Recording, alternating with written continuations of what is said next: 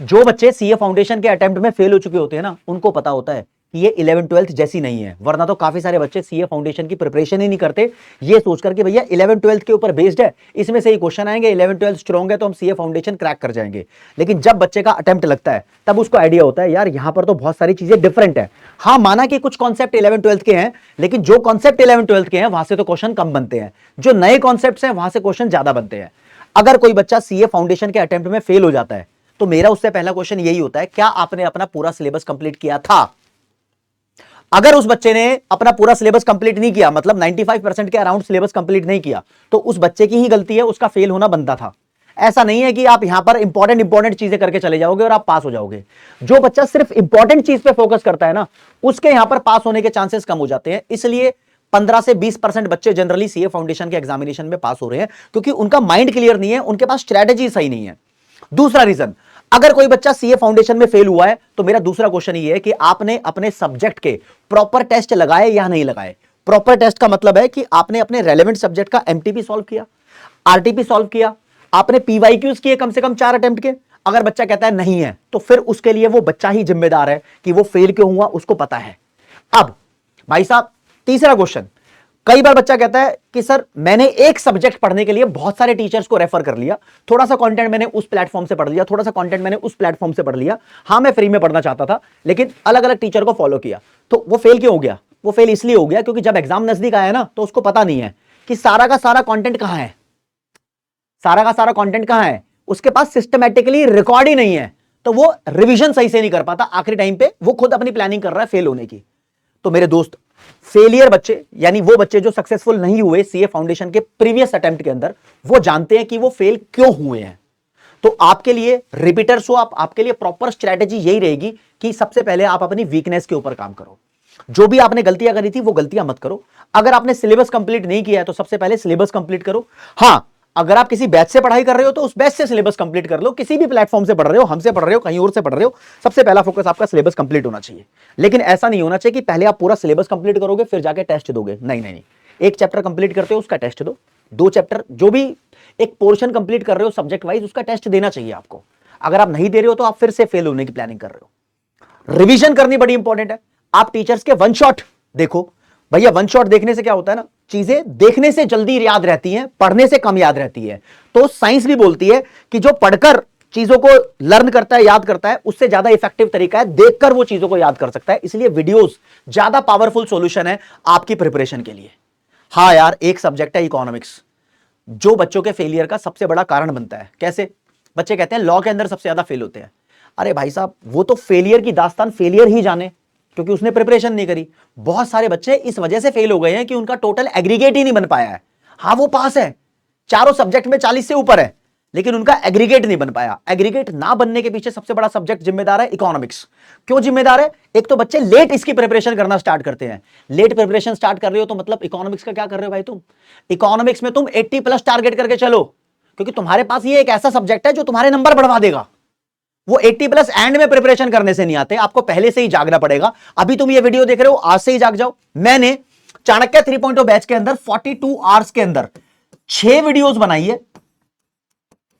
6 videos में 10 के 10 chapter cover up करा लिए, मोर देन सफिशिएंट है।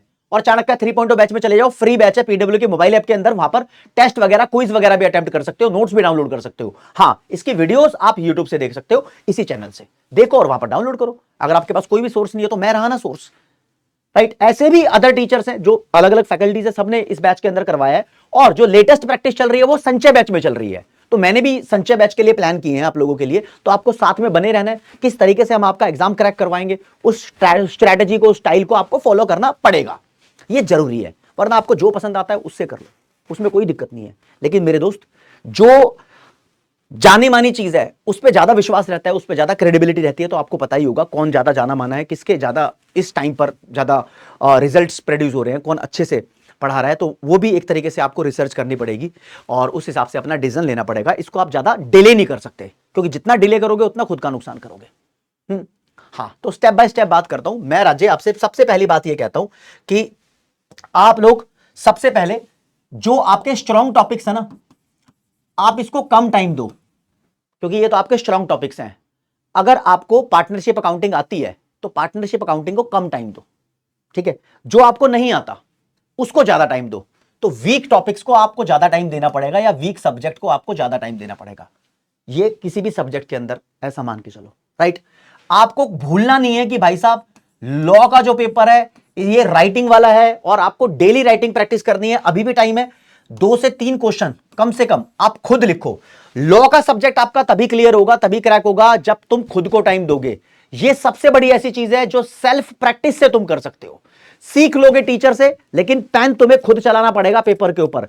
अगर तुमने पेन नहीं चला के देखा पेपर के ऊपर तो you are planning to fail in this subject. सिर्फ देखने से, लर्न करने से बात नहीं बनती, क्योंकि आजकल तुम्हें पता है क्वेश्चन कैसे पूछे जा रहे हैं, तुमने देख भी लिया है, राइट। हां, फिर मेरे दोस्त सबसे बड़ी बात, मैं अकाउंट्स के बारे में आपको एक बात बताता हूं। ओह, क्वांटिटेटिव एप्टीट्यूड के बारे में। जिन बच्चों का मैथ वीक होता है ना, सबसे पहले तो आप 20 नंबर के लिए लॉजिकल रीजनिंग को क्रैक करो, फिर 40 नंबर के अपनी स्टैट्स करो।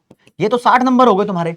उसके बाद जाओ आप मैथ्स पे, जो पोर्शन आपको इजी लगता है वो करो, जो नहीं लगता उसको छोड़ दो, राइट। आपको इसके अंदर नंबर लाने हैं भाई, मेरे नंबर सिक्योर हो जाए, मैं पास हो जाऊं। हाँ, सबसे बड़ा हथियार ये है तुम्हारा इको।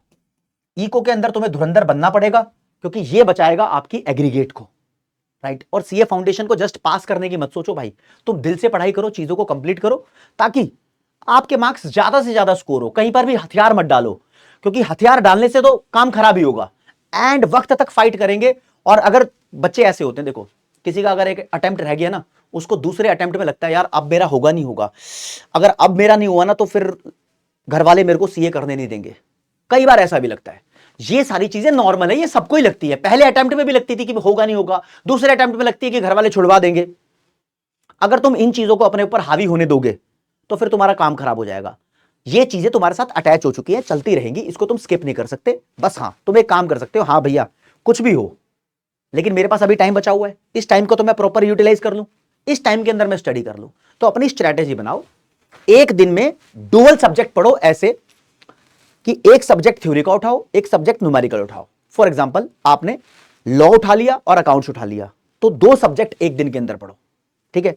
फिर अगले दिन आप पढ़ो इको और मैथ, या जो भी आपको पॉसिबल 2 सब्जेक्ट लगते हैं। यानी ऐसा नहीं है कि आप अकाउंट और मैथ एक साथ पढ़ रहे हो तो दोनों ही न्यूमेरिकल पढ़ रहे हो भाई साहब एक साथ, राइट। ऐसा नहीं, अकाउंट और मैथ को अल्टरनेटिव करो, इसके साथ इको या फिर लॉ को आप चिपका दो। अगर आपको रात को नींद नहीं आ रही ना, तो रात को नींद नहीं आ रही तो इको की थ्योरी की वीडियो उठा लो मेरी। मैंने एक 20 नंबर की वीडियो बना रखी है जिसके अंदर चैप्टर 1, चैप्टर 5, चैप्टर 10 ये तीनों कवर अप करा रखे हैं, ठीक है। ये ऐसी वीडियो है, इसमें ऐसे थ्योरेटिकल कॉन्सेप्ट है। अगर आपको नींद नहीं आ रही तो रात को आपको कोई नींद की गोली लेने की जरूरत नहीं है, आप सीधा इन चैप्टर्स को सुनो, सुनते सुनते आराम से सो जाओगे। अब 2-3 दिन आप ऐसा करोगे तो ये चैप्टर भी कवर अप हो जाएंगे और आपकी नींद का मसला भी सॉल्व हो जाएगा, राइट। तो ठीक ठाक तरीके से आपका कंटेंट रेडी है, आपको बस उस पर अटैक करना है, आपको उसका फायदा उठाना है। और जब करोगे तभी होगा, सोचने से नहीं होता, करने से होता है। इस बात को रिपीटर सबसे अच्छे तरीके से जानते हैं, राइट। तो पढ़ो यार, संचय बैच भी आप लोगों के लिए फ्री प्रैक्टिस दे रहा है। तो इस बार मई 2026 के अटेम्प्ट को टारगेट कर रहे हैं, संचय बैच में आओ, जो जो चीजें तो हम तुम्हें लाइव करा रहे हैं वो चीजें लाइव करो, बढ़िया से प्रिपरेशन करो। मैं तो यही चाहता हूं, बस तुम्हें मुझे जगाना था, रिपीटर्स को मुझे हौसला देना था, ईंधन देना था। तो इस चीज के लिए ये वीडियो बनाई है। ये कमेंट सेक्शन खाली है नीचे, आपकी जो डिमांड हो, जो प्रॉब्लम हो, जहां पर आप फंसे हुए हो, एक बार लिख दो, उसका समाधान करेंगे, ठीक है मेरे दोस्त। थैंक यू, जय हिंद, जय भारत, नमस्कार, धन्यवाद, bye bye everyone, love you all.